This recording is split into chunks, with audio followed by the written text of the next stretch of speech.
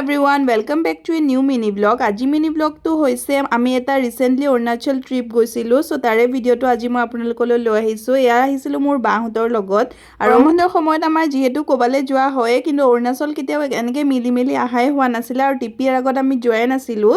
So ভাবিলোঁ এবাৰ অৰুণাচলেই গৈ আহোঁ। আৰু আহি আমি প্ৰথমতে পালোঁ ইয়াত নাগ দেৱতা মন্দিৰ, আৰু যিহেতু শাওণ মাহো আছিলে সো ভাবিলোঁ ইয়াতে আমি সেৱা জনাই যাওঁ প্ৰথমে। এইটো পৰিৱেশটো বিৰাট ধুনীয়া আছিলে, ঠাণ্ডা জেগা আৰু পুৰা বতাহ মাৰি আছে। আমি পুৰা ইমূৰৰ পৰা সিমূৰলৈ গ'লোঁ, কিন্তু ভিতৰত কোনোৱে নাছিলে মানুহ, অকল আমি কেইজনেই গ'লোঁ।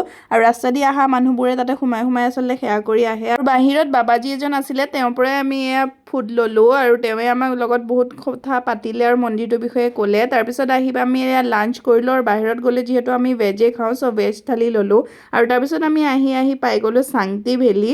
এই ভেলীটোত যে ইমানেই নাচপতি লাগি আছিলে, পুৰা গছবিলাকত ওলমি নাচপতি। সো আমি যিমান পাৰোঁ মনৰ মৰ্জি মতে নাচপতি পাৰি এয়া লৈ আহিলোঁ, আৰু ইমানেই মিঠা আছিলে, সকলোৱে মিলি তাতে বহি খালোঁ। এনেকুৱা জেগাবিলাকত গ'লে মানে এনেকুৱা লাগে ইয়াতে যে থাকি যাম নেকি, ইমান ধুনীয়া পৰিৱেশবোৰ। আৰু আমি ইয়াত চাংটি ভেলীতে বহুত টাইম থাকিলোঁ, আৰু ইয়াৰ পৰা ওলাই আমাৰ সন্ধিয়া হৈ গ'ল। আচলতে আমি ৰুমতো গৈছিলোঁ, বাট মই ৰুমত একো ভিডিঅ' শ্বুট লোৱাই নহ'লে। সো ইয়াতে শেষ হোৱা নাই ভিডিঅ'টো। আমি সন্ধিয়া টাইমত আকৌ ওলাই গ'লোঁ মনেষ্ট্ৰী এটালৈ ওচৰৰে, আৰু তাৰপিছত ইয়াতে ফুচকা খালোঁ। ইভিনিং টাইমত আমাৰ হোটেলৰ বাহিৰতে আছিলে। বহুত টেষ্টি হয় ফুচকাটো। লগ পাম নেক্সট মিনিট লগত।